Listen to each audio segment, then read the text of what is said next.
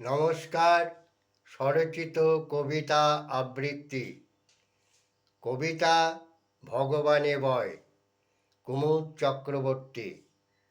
ভাগ্যবানের বোঝা ভগবানে বয়, সে সিধেল চোর হোক কিংবা গুন্ডা, বদমাইশ, বদমিরাজি হোক, নতুবা মুখোশধারী, ভদ্রবেশী, শিক্ষিত বা অর্ধশিক্ষিত।